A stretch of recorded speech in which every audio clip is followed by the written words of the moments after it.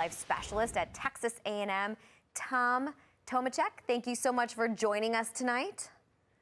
Let's kick it off here. It's great to be here. Thank you. Yeah, and you have a lot to teach us because, I mean, conceptually speaking, $1.5 billion a year in damage, that's a lot of money. So what exactly are these pigs doing to cause that much destruction?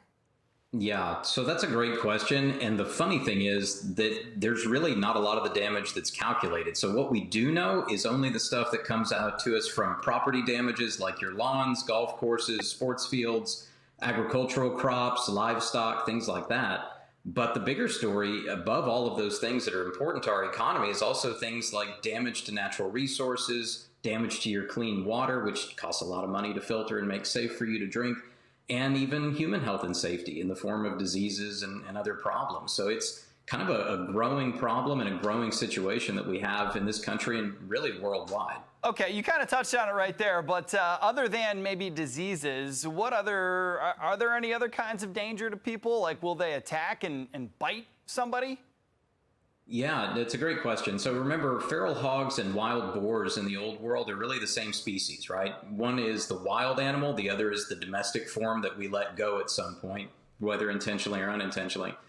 And so there are a history of people being attacked by boars over the years in Europe. There's a history of feral hogs attacking people in the US. Usually that happens when a person is out hunting pigs, but more recently we've seen an increase in attacks on folks that weren't doing anything at the time. They just happened to encounter a pig. Okay, so then, John, let me ask you this. Is there any way to actually control the population of these wild hogs and kind of keep the number more reasonable? Yeah, that's a wonderful question. So what we do is we take what we call an integrated pest management approach, IPM. We use every tool we have in the toolkit, both lethal and non-lethal, to try to cut down on the problems we have from pigs. But overarchingly, there are a number of tools that are good for reducing pig numbers, and there's no easy way to say it.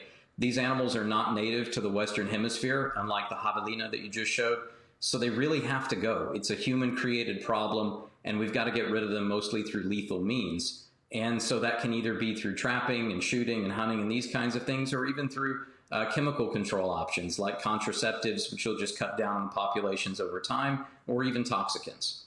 All right, so let's say I come across a feral pig. What do? Do I run away screaming and crying? Do I hit it with a karate chop? What happens here? What's the best form of action? So great question. The simple answer I give most everybody is leave them alone, right? If you're in a rural environment where you can safely discharge a firearm and you have one, that's one situation, right? But if you're in a suburban neighborhood and you're out for a walk with your kids and you run into a pig, leave it be, go the other way. The worst thing you can do is try to engage them physically, because remember, these pigs live in large groups. Okay. And it's not uncommon to have a pig that weighs 150 to 250 or even 300 pounds. And the math just doesn't work out in your favor in that situation. What's up with the pig that attacked Shakira, man? What do these pigs have against Shakira? Is it the music? They don't like... Maybe they don't like her vibe and music. Is that what it is? What's going on there? You know, again, those are wild boar from the old world, so maybe they have different musical tastes than we do. I don't know. But it is, you know, actually, and when you think feral pig, I think feral cats, right? They're not really approachable, and you have to bring in, you know, somebody that is better well-trained if you're trying to capture and get them, you know, what is it, fixed or neutered, that sort of thing. So, yeah, I think it's something to be mindful of because I love pigs, and I would think, hey, I'll take that one. I've always wanted a baby pig, not so much. Well, and to your point, there are trained professionals out there that do this for a living, and there are folks that work with the USDA's Wildlife Services Agency. This is what they do to try to protect the economy, agriculture, human health and safety. And so those are great folks to turn to when you need help managing these problems. Yeah. Awesome. All right, good advice. Thanks for joining us, wildlife specialist at Texas A&M, John Tomecek.